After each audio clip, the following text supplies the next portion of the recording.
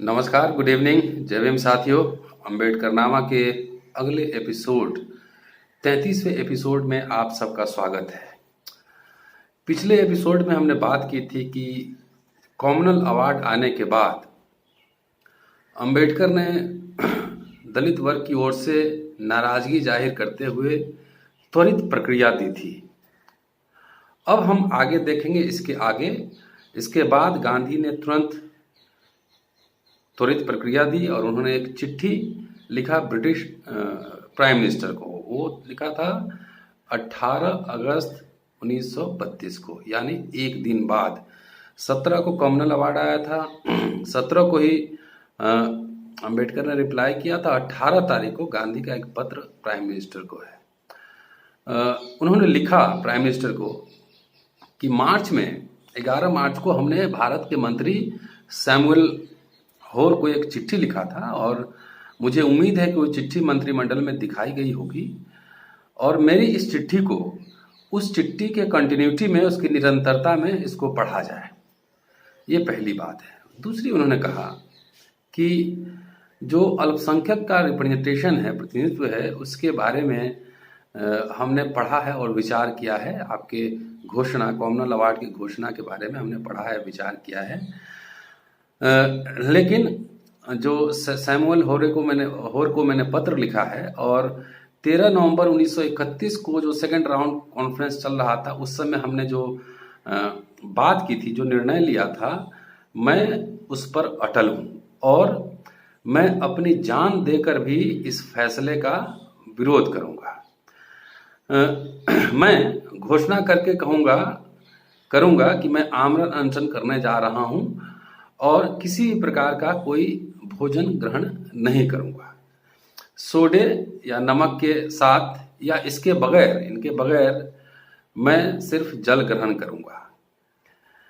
यह व्रत तब तक चलेगा कि जब तक कि ब्रिटिश हुकूमत इस फैसले को वापस नहीं ले लेती, जो separate electoral reserve category depress classes का है, उसको वापस नहीं ले लेती। उनके हिसाब से, गांधी के हिसाब से, जो जनरल कॉन्स्टिट्यूंसी है उसी में डिप्रेस क्लासेस को लड़ना चाहिए था। गांधी के प्रस्ताव की बात मैंने एक एपिसोड में की थी कि उनका एक अनोखा प्रस्ताव था। आगे फिर चर्चा करूंगा।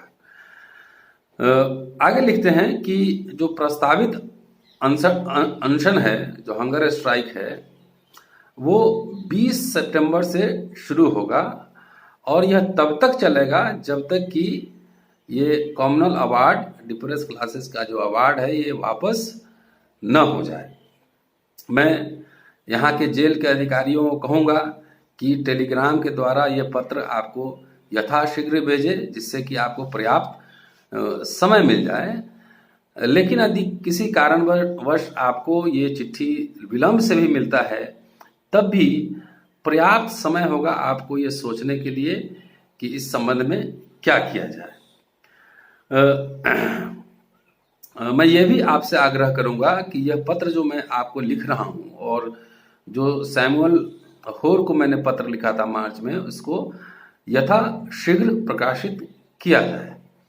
कि अब तक मैंने इस संबंध में सैमुअल को लिखे पत्र और आपको लिखे पत्र, इस संबंध में पटेल और देसाई, वल्लभ भाई पटेल और महादेव देसाई के अलावा किसी को नहीं अवगत कराया है, किसी को मैंने कुछ कहा नहीं है। और इसलिए, लेकिन अब मैं चाहता हूं कि यथाशीघ्र आप इस पत्र को प्रकाशित करें, क्योंकि चाहते थे गांधी कि ये जनता के बीच जाए, लोगों के बीच डिबेट डिस्कशन के लिए जाए। वो कहते हैं, आगे लिखते हैं कि मुझे अपने निश्चय पे खेद है। गांधी बहुत जिद्दी भी थे। मुझे अपने निश्चय पर खेद है, लेकिन जिस धर्म में मैं विश्वास करता हूँ उसमें मेरे पास कोई और विकल्प नहीं है। जिस धर्म में मैं विश्वास करता हूँ उसका ध्यान रखते हुए मेरे पास कोई और विकल्प नहीं है। यदि मुझे बचाने के लिए सरकार मुझे रिहा करने का भी फैसला लेती है, तो भी यह अनशन जारी रहेगा। आगे लिखते हैं कि ऐसा हो सकता है कि दलित वर्गों के पृथक निर्वाचन मंडल प्रणाली के बारे में मेरा फैसला गलत हो, और या मैं फिर बिल्कुल ही गलत हूँ और यह मेरा फैसला उनके बीच, अस्पृश्यों के बीच और हिंदूवाद के बीच हानिकारक भी हो। यदि ऐसा है तो मेरे जीवन के दर्शन कि अन्य भागों के संबंध में भी मेरे विचार ठीक नहीं होंगे। अगर इतना कन्विक्शन था गांधी को कि अगर ये फैसला मेरा गलत है अनशन करने का दलितों के हक के खिलाफ, तो मैंने जिंदगी में जितने निर्णय लिए हैं वो निर्णय गलत ही होंगे। ये था कॉन्फिडेंस का लेवल। सो ऐसी स्थिति में अनशन द्वारा मेरी मृत्यु ही मेरे अपराध का, मेरे गलतियों का, मेरे पाप का प्रायश्चित होगा और उन असंख्य पुरुषों तथा महिलाओं पर से बोझ उठ जाएगा कि जो मुझ पर बाल सुलभ विश्वास करते हैं, कि मुझे बच्चे जैसा मुझे प्यार करते हैं। यदि मेरा फैसला सही है और मुझे इस बात में तनिक भी संदेह नहीं, तो प्रस्तावित कदम जीवन के उस कार्यक्रम को पूरा करने के लिए है जिसके लिए मैंने 25 वर्ष संघर्ष किया है, उससे ज़्यादा संघर्ष किया है, लेकिन मुझे पर्याप्त सफलता नहीं मिली। यह चिट्ठी है गांधी की। और देखिए इसमें क्या इमोशनल अपील भी है कि अगर ये फैसला गलत है मेरा अनशन करने का, तो इसका मतलब ज़िंदगी में मैंने जितने फैसले किए वो सारे फैसले गलत ही होंगे। तो एक तरह का इमोशनल टैक्टिक्स था प्रेशर बिल्डअप करने का। और यहाँ आप देखेंगे, अगर इस भाषण का पूरा विश्लेषण करेंगे तो हम पाएंगे कि यहाँ गांधी के विचारों में स्पष्ट अंतर्विरोध झलकता है। और ये अनटचेबिलिटी, जो अछूत व्यवस्था है, उसको तो खत्म करना चाहते हैं, लेकिन राजनीतिक अधिकार अछूतों को नहीं देना चाहते हैं। तो ये एक तरह का अंतर्विरोध है उनके विचारों में। इसी बीच वल्लभ भाई पटेल 6 सितंबर 1932 को यरवदा जेल पहुंचे गांधी से मिलने, इस मुद्दे पे बातचीत करने। अब जैसा कि स्वाभाविक था कि गांधी के इस निर्णय से कि आमरण अनशन करेंगे, पूरा देश में बवाल मच गया, पूरा भौचक्का हो गया। पूरा मुल्क जनता की ओर से गांधी और सरकार से अपील की गई, प्रेस नोट जारी किए गए, बयान जारी किए गए, प्रार्थनाएं की गई। मतलब अजीब तरह का एक टेंस्ड माहौल देश में बन गया। और बहुत सारे नेताओं के लिए जो अस्पृश्यों की बात करते थे, दलितों के हक हकूक की बात करते थे, उनके लिए भी एक तरह से ये लिटमस टेस्ट था। सो हिंदू समाज में बहुत ही भ्रम और घबराहट थी, बेचैनी थी। लेकिन कभी ये बेचैनी दलितों पे हो रहे जुल्म, अत्याचार को लेकर कभी ऐसी बेचैनी नहीं हुई, क्योंकि वो ये मान के चलते हैं कि दलितों पे होने वाले अत्याचार और जो दमन है वह स्वभावतः नेचुरल है, इसको होता रहता है, चलता रहता है। तो गांधी के लिए पूरा देश में बेचैनी है, माहौल गर्म हो गया है। और एक ऐसे नायक के लिए जो उसके नायक हैं गांधी, इसलिए अपने राजनीतिक नायक को बचाने के लिए, उनके जीवन को बचाने के लिए पूरा देश में एक माहौल गर्म है। इसी बीच मदन मोहन मालवीय शिमला से उन्होंने घोषणा की कि 19 सितंबर 1932 को बंबई में हिंदू नेताओं का एक सम्मेलन किया जाएगा और इस सम्मेलन का उद्देश्य होगा कि कैसे इस बारे में समाधान निकाला जाए, गांधी के जीवन को कैसे बचाया जाए। इस बात की खबर अंबेडकर को भी तार से दे दी गई थी। अब क्या है, अब देखिए अंतर्विरोध। महात्मा गांधी के जीवन को बचाने के लिए यह जरूरी था कि ब्रिटिश हुकूमत अपने निर्णय को वापस करे, लेकिन इस निर्णय को वापस कराने के लिए अंबेडकर की सहमति भी जरूरी थी, उनका अनुमोदन बहुत जरूरी था। क्योंकि अंबेडकर ने बहुत संघर्ष करके, तकरीबन आप देख लें 7-8 साल संघर्ष चला है, साइमन कमीशन से जोड़ ले 5-6 साल, तो उसके पहले से ही अंबेडकर एक्टिव थे। तो अंबेडकर ने बहुत लड़ के इस हक को छीना था, इसलिए उनके अनुमति और उनके अनुमोदन के बगैर इस तरह का कोई निर्णय नहीं हो सकता था। सो अनायास, अचानक अंबेडकर एकदम सेंटर स्टेज में आ गए। सबकी निगाहें अंबेडकर की ओर टिकी हुई थी, क्योंकि वह उस मोमेंट के, उस क्षण के नायक थे। कुछ लोग खलनायक भी समझते होंगे, लेकिन फिलहाल उस क्षण के वो नायक थे। और देखिए, ये एक क्रूर विडंबना है, एक पैराडॉक्स है कि जिन नेताओं ने अंबेडकर को दलितों का नेता मानने से मना कर दिया था, यही गोलमेज सम्मेलन दूसरे में गांधी ने कहा था कि ये लोग चुनकर नहीं आए हैं, मानने से मना कर दिया था, वही लोग आज अंबेडकर को दलित वर्ग के नेता और उनके प्रवक्ता, पूरे भारत भर के, किसी क्षेत्र के नहीं, पूरे भारत भर के दलित वर्ग के नेता और प्रवक्ता मान चुके थे। एक तरह से अंबेडकर उस समय पूरे देश के मार्गदर्शक बन चुके थे। अब गांधी का ऐलान हो चुका है कि हम 20 सितंबर से आमरण अनशन करेंगे। अंबेडकर भी बहुत पढ़े लिखे सुलझे हुए आदमी थे, तो इस आमरण अनशन से क्या खतरा होगा, संकट क्या होगा और उसका परिणाम क्या होगा, इस बारे में वो सचेत थे, उनको ये सब पता था। क्योंकि गांधी ने बहुत ही जबरदस्त हमला किया था और ये हमला जो है उनका टेस्टेड मिसाइल था। पहले भी कई बार वो भूख हड़ताल करके सरकार को झुका चुके थे, तो उनको लगता था कि उनका टेस्टेड एकदम सफल प्रयोग हुआ था। तो इसलिए वो चाहते थे कि अंबेडकर इस बात को समझ रहे थे, लेकिन इसी बीच अंबेडकर अपने आप को इस वार से, जो हमला था, इससे बचाने के लिए उन्होंने अपने आप को तैयार किया। पहला काम किए कि उन्होंने बम्बई के गवर्नर से पूना में जाकर मुलाकात की और मुलाकात उनसे कुछ बातचीत हुई। इसी बीच किसी व्यक्ति ने पूछा कि क्या आप ये हिंदू नेताओं के होने वाले सम्मेलन में भाग लेंगे? तो इस पर अंबेडकर की प्रतिक्रिया आई कि हाँ, मुझे पंडित मालवीय का तार मिला है, मुझे संदेश मिला है, लेकिन इसके अलावा कोई औपचारिक निमंत्रण जो है, एक फॉर्मल इनविटेशन नहीं आया है। लेकिन मुझे अगर इनविटेशन मिलता है, निमंत्रण मिलता है औपचारिक, तो मैं निश्चित रूप से उस सम्मेलन में शामिल होऊंगा, उसमें भाग लूंगा। 11 सितंबर 1932, अभी 9 दिन बाकी है, अभी 20 तारीख आने में, अंबेडकर ने एक बयान जारी किया और बयान जारी करके इस बात को दोहराया कि हमारी जो मांगे हैं न्याय संगत हैं, न्यायोचित हैं और दलितों के हित में हैं, और जो आमरण अनशन गांधी करने जा रहे हैं तो उनके पास क्या मॉडल है, क्या प्रस्ताव है, वो लेकर आए, तभी ना हम उसका उत्तर देंगे। तो गांधी के पास कोई फिलहाल अभी मॉडल नहीं दे रहे हैं, सिर्फ कि वापस हो जाए इसके लिए हड़ताल कर रहे हैं।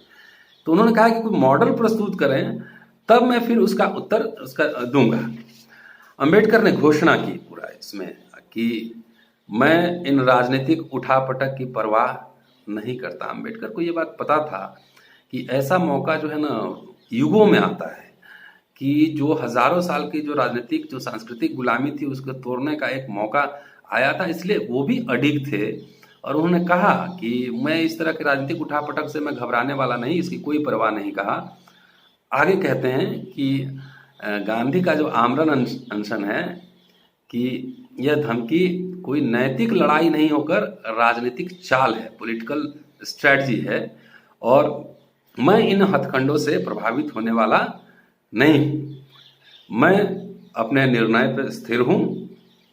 यदि गांधी हिंदू समाज के लिए, हिंदू समुदाय के लिए, उनके हित के लिए अपनी जान की बाजी लगा सकते हैं, जान देने के लिए तैयार हैं, तो अपने हक हकूक के लिए, अपने अधिकार के लिए दलित वर्ग के लोग भी अपनी जान की बाजी लगाने के लिए बाध्य होंगे। ये सब चल रहा है पूरा, एकदम पूरी स्टोरी सुना रहा हूं, हफ्ते भर में क्या क्या होने वाला है। इसी बीच 15 सितंबर को गांधी ने जेल से बम्बई के गवर्नर को एक पत्र लिखकर अपने आमरण अनशन में जाने के कारण को स्पष्ट किया और कहा कि ये कारण है जिसकी वजह से मैं अनशन पे जाऊंगा। तो लब्बुल हुआ उसका जो शॉर्ट बात है, ये है कि मेरे अनशन की सूक्ष्म प्रासंगिकता है, एकदम माइन्यूटली ये बहुत ही रिलेवेंट है। दलित वर्गों का प्रश्न प्रमुख रूप से एक धार्मिक मामला है। दलित लोगों का प्रश्न प्रमुख रूप से एक धार्मिक मामला है। मैं इसे विशेष रूप से अपना स्वयं का मामला मानता हूं, क्योंकि मैंने आजीवन इस मुद्दे पर एकाग्रता से विचार विमर्श किया है। तो ये है कि यहाँ पे जैसे धर्म भी एक सत्ता का खेल होता है, तो जो शक्ति का संबंध है धर्म में भी गांधी यहाँ नज़रअंदाज कर जाते हैं कि धर्म कोई राजनीति से परे नहीं है, और इसमें भी पावर रिलेशन होता है, सत्ता का लड़ाई होती है, धर्म के अंदर भी है। तो धर्म क्यों बनाया गया था? धर्म जो हायरार्की क्रिएट कर रहा है, इसलिए कुछ लोग संपन्न वर्ग यहाँ पे सत्ता रहेगी, बाकी लोग काम करेंगे। तो यहाँ जो शक्ति और सत्ता का संबंध है धर्म के बीच, गांधी इसको ओवरलुक कर जाते हैं। इसमें फिर देखिए 2 दिन बाद 18 सितंबर 1932 को अपनी स्थिति स्पष्ट करते हुए अंबेडकर ने एक लंबा चिट्ठी लिखा टाइम्स ऑफ इंडिया को। और टाइम्स ऑफ इंडिया को जो चिट्ठी लिखा गया, उसमें दिलचस्प सूचना है, वो जानना जरूरी है। वो लिखते हैं कि आज समाचार पत्रों में यह पढ़कर मुझे आश्चर्य हुआ कि शहर के अलग अलग हिस्सों में एक आपात समिति बनी थी गांधी को बचाने के लिए। ये आपात समिति के तत्वाधान में कुछ 8 सार्वजनिक सभाओं का आयोजन हो रहा है 18 तारीख को। 20 से आमरण अनशन होना है, 18 को ये हो रहा है, आयोजन हो रहा है। और इसका जो स्पष्ट जो उद्देश्य है कि जो कॉमनल अवार्ड है उसकी वापसी के लिए एक पब्लिक ओपिनियन, जनमानस तैयार किया जाए और इसको वापस करवाया जाए। यही एक इसका उद्देश्य है। वो लंबी चिट्ठी है, मैं सारांश में बता रहा हूँ। कहते हैं कि सहमति यह बनी थी कि इस मुद्दे पर कोई भी आदमी, कोई भी संगठन, व्यक्ति प्रचार नहीं करेगा, कोई किसी किस्म का प्रचार नहीं करेगा। मेरे दल के द्वारा अत्यधिक दबाव देने के बावजूद मैंने इस संबंध में कोई प्रचार प्रसार नहीं किया। कॉमनल अवार्ड के पक्ष में मैंने कोई प्रचार प्रसार नहीं किया। तो इस आपात समिति द्वारा आयोजित की जाने वाली ये सभाएं, सार्वजनिक सभाएं, एक तरह से हमारे दल के लिए, हमारे समझ के लिए, मेरे लिए, मेरे दल के लिए एक तरह से सार्वजनिक चुनौती है, ओपन चैलेंज है। तो सीधी सी बात है, या तो मर्यादा का पालन हो या मर्यादा का पालन हो, या तो बातचीत हो, नहीं तो सीधी लड़ाई हो। ये अंबेडकर लिख रहे हैं कि सीधी लड़ाई होनी चाहिए। दोनों साथ साथ नहीं चल सकते। यदि दूसरा पक्षकार प्रचार करने के लिए अपने अधिकार पर बल देता है, वो प्रचार करता है अगर कॉमनल अवार्ड के खिलाफ, तो मेरा दल भी उनके विरुद्ध प्रचार करने का कोई निर्णय लेता है यदि, तो ऐसी स्थिति में मुझे दोष देने का कोई हक नहीं है। तो मर्यादा का पालन हो, अन्यथा हमारे लोग भी इसके खिलाफ प्रचार करेंगे। हिंदू नेताओं का जो सम्मेलन था 20 को, उसके एक दिन पहले अंबेडकर ने, मतलब बहुत गहमा गहमी है माहौल, समझिए पूरे भारत में माहौल क्या होगा जरा आप अनुमान लगा सकते हैं, कल्पना कर सकते हैं। उन्होंने एक प्रेस नोट जारी किया फिर, और कहा, जहां तक मेरा संबंध है मैं किसी भी बात पर विचार विमर्श करने के लिए तैयार हूं, लेकिन मैं चाहूंगा कि दलित वर्ग के अधिकारों से कोई कटौती करने की अनुमति न दी जाए। कि बहुत संघर्ष करके पाया, उसको काटोगे क्यों? बिना मुद्दे की समझ किए हुए, आइसोलेशन में और बगैर मुद्दे की समझदारी के सम्मेलन करने का कोई औचित्य नहीं है।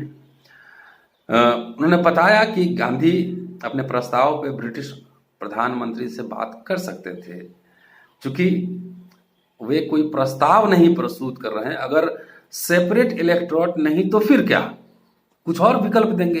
अगर गांधी सिर्फ अडिग है कि इनको कुछ नहीं मिलना चाहिए और जनरल कॉन्स्टिट्यूंसी में ही सबको रहना चाहिए, तब तो बात नहीं हुई कि एक तरफ सेपरेट इलेक्टोरेट की बात है और दूसरी तरफ आप कह रहे हैं कि बीच का कोई रास्ता। वो कह रहे हैं कि गांधी कोई बीच का रास्ता, इसका मतलब है कि अंबेडकर बातचीत करने के लिए तैयार थे।